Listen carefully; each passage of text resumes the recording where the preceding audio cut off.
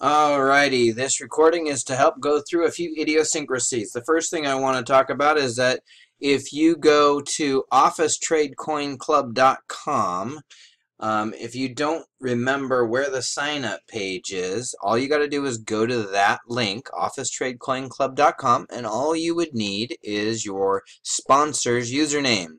So what you would do is you'd come down here and just click on New Account if you're just getting started.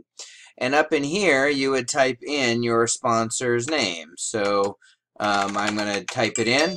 And as you can see, it says the sponsor has been found. So that being said, I'm going to continue going through the sign-up process and the website and kind of going over some idiosyncrasies. So the first thing is that if you're not English, you can change it to Portuguese, English, or Spanish right now. And once you've selected your language of the choices that you have, you jump down here to the country. Now remember, this is a website that was built by someone that doesn't speak fluent English. It was built by someone and built in Portuguese. So if you want to figure out what your country is, let's just say you're in Sweden, I would suggest that you go to Google, and it's very simple. All you have to do is go to Google and you type in Sweden in Portuguese. All right, and there's the name. So you would come to here and select, I always double click and then I start hitting the letter S, because then that helps just scroll through them. In this case, it's going to be a little bit because it's SU, right? So there's obviously a lot of different, there it is, SUECA. That's the link. So right there and right there. So that's how you find your country sometimes. I mean, if you're in the United States, well, you would go to the E's and scroll, and you come down here to Estados Unidos de America, because that is what the United States is. So anyways, we're just going to say we're from Egypt or whatever. So typing your name in, I'm just going to type my name in so you can see what happens. So you type your name in, and as you'll notice down here, it created a username for me. Now, once you've created this username, you cannot change it. So you need to either delete it or accept it. If you've accepted it, you can't change it, period. So I prefer using, this is my login, but obviously it's already taken, so once I get down to save, it'll probably just say username taken. So just create something. I'm just going to keep it at A. Thomas for a second. Anyway, so let me just go back to this real quick because I think I just saw something. Nope. All right, so we're just going to go. It's telling me that it's too short. Anyway, so there we go. So then you type in your email. And you cannot copy and paste in a lot of these fields. If you find that you're struggling to get something accomplished and you're just copying and pasting, it doesn't recognize some of the pasted fields. So unless it's a hash or a Bitcoin wallet address, you can copy and paste those, but for like tokens, sometimes the computer won't recognize it as the number that you're trying to paste, but recognizes it as a picture. So you got to type it in manually. So you select your gender, you put in your birth date, and then you put in a password that you want to do, right? And then you're done. So the keys with passwords is you can't do 1, 2, 3, 4, 5, 6, 7, 8. You've got to do something that isn't going to be like your name or something easy. So once that's done, you're going to click. Now here's the deal. Once you've logged in to your Gmail and confirmed your account and you've gone to log in, this box here pops up every time to remind you that you need to get your documents uploaded. And I know it's a little bit annoying, especially if you're logging in and out or coming back to your dashboard every time. But I'm sure some of this will change once we've launched on the 27th. So in this person's account, because I've gotten permission from them to go ahead and use this account as an example, so that way I can do some training here. You've got two boxes. One is your commission and one is your trade. Now your exchange is where your pile of money is that earns you Bitcoin every single day. Sunday through Thursday, so 5 days. So when you deposit, say 0.25 Bitcoin like this is, it reserves half of it so that if you withdraw before your trader days are ended, there is a early withdrawal penalty. So they have to be able to reserve it. However, you get credit on 100% of your money. Now, with commissions, you get commissions whenever somebody signs up in the binary as your personal, or your personals transfer trade into their exchange. There's an additional commission. Okay, so your trade is something that you will get no matter whether you are recruiting or not. So that is the beautiful part about TCC, is that you don't have to recruit to make money. However, I will tell you, it grows a little bit quicker when you recruit and you put people in. So there's a lot of different points of view as to when you should do that. So now, when you go into your profile, I'm not going to go into this person's profile because I don't want you to see some of their stuff. One of the important things you're going to want to do is have a picture up next to your face, which is when we click on dashboard here. I will go ahead and bring that back up so that way you can see what I'm talking about. But it gives you examples. This is not good because the ID is fuzzy. This isn't good because it's just the ID. This isn't good because the ID is covering half his face. This is the way they want it. Now, I suggest you put the card in between your pointer and thumb finger, with your pointer on the top part of the edge of the card and your thumb on the bottom edge of the card. Come closer with your camera so that we can read the address, because you're going to need to be able to have them blow up the picture and see the address. So if your address is not legible because it's fuzzy or blurry, you're going to need to take another one. I've had several people send me examples of what they were going to submit, and I've had to tell them, you're going to need to retake it because I can't read the address, and it has to match with the address that you put on file. So it is important that you go into your profile here, okay, and go ahead into your profile and fill out all that information, so that way you're not going to be stalled in getting your money out, because that's the reason to get that done.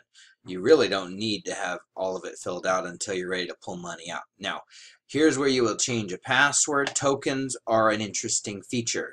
A token is a security thing. So like, I'm hacked into this person's account, so to speak, and if I want to change something, I have to ask for a token. Now, I don't have access to their email, so I can't go ahead and change anything without that token. Now, here's the idiosyncrasies of a token. One, you cannot paste them. You cannot copy and paste, otherwise it won't recognize it as a legitimate entry. Two, if you do type it in manually and say you don't get both of your passwords correct because you didn't make the new passwords correct, or whatever you're doing, the moment you hit save changes or enter, like for instance in the countersign, same thing, where down here you have to hit save changes, that token is now no longer valid. You have to request a second one, which is why every time you use a token, the moment you use it, my advice is to delete that email, because you can't ever use that token again. If you go out of the page that you are trying to fix or change something, you lose that value of that token even if you haven't used the token. So delete the email and request a new one. So every time you change screens or you incorrectly do something and it's asking for a token, you have to redo the token. All right, so now we're going to talk a little bit about sending your money to your exchange.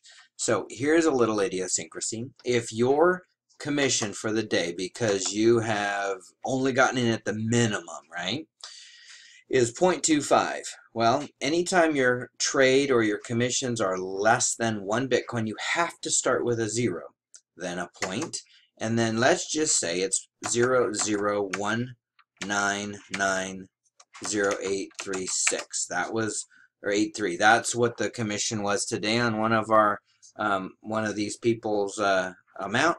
And so I brought it in here and I hit generate hash and generate hash. Well, what happens is that that's not enough. You are just 0.00000917 short of having 0.002. So you're going to have to wait till the next day to do your transfer. Now, in this case, I'm going to go ahead and bring this back here. I want to be able to show you something, so we're going to go ahead and hit generate hash, and you can double click in the center of this if you're on a computer, right click and copy, or there's this copy hash feature where you can click it and up here it'll say that it was copied, right?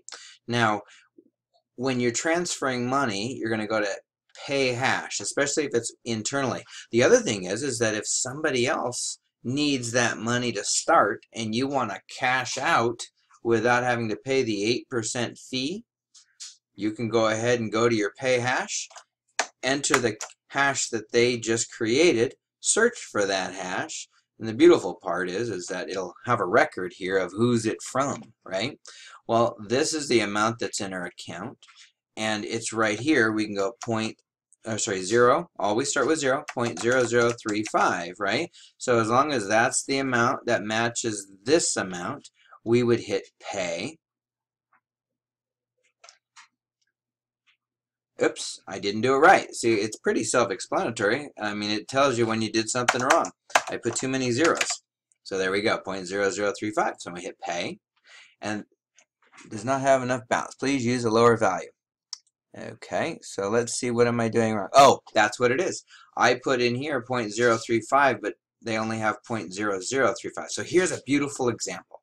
We come back to plans, and what do? We have 1 day, 23 hours, 20 minutes. Do we wait that long? How do we cancel? There's no cancel button here. Well, I'm going to hit confirm payment.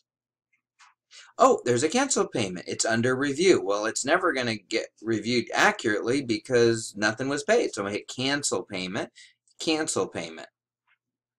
Now I can redo this. I can go 0.0035, hit generate hash, double click here, right click copy, come up to financial hash and pay hash, come down into here, enter the hash, which can be done with a Control V or a right click and paste. And now you click on search hash and it's going to find this payment, and we come down here and we go 0.0035. Now obviously it has a little bit extra, so again, if I wanted to grab it all, I could have written that number down, taken it over there, and I still can if I want. I'm not going to transfer this money right now because she's waiting to help buy somebody in, so she's going to wait till it accrues. So here's where I put the password that you created in your countersign. And the countersign is that place that we were at before. But here we would click on token, and that would send the 6-digit code to the email. Now again, if you type the password in wrong and type in the 6-digit code correctly, or you paste it incorrectly and you hit pay and it says this has failed, well, you're going to have to resend a token. So make sure you delete that email after you've typed it in so that you don't get confused with different emails. And then just retype your password and redo it. So anyways, that's enough for the day for now. I'm sure there's a ton more stuff that we can talk about, but at the end of the day, this is just more information. Have an amazing day. Let's go out and find some winners. Talk to you soon. Bye-bye.